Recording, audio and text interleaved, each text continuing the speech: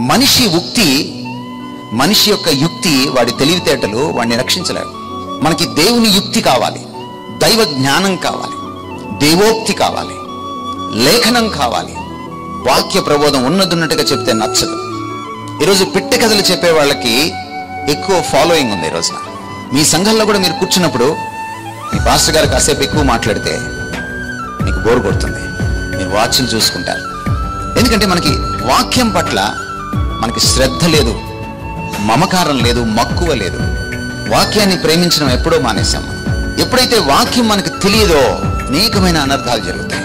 దేవోక్తి లేని ఎడల జనులు కట్టులేక తిరుగుతారని రాయబడింది. ఇది దేవోక్తి.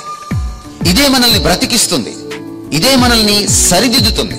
ఇది తప్పు దిద్దడానికి, శిక్షించడానికి, ఖండించడానికి, నీతి యందు శిక్షణ చేయడానికి ఇది ప్రయోజనకరమైనది.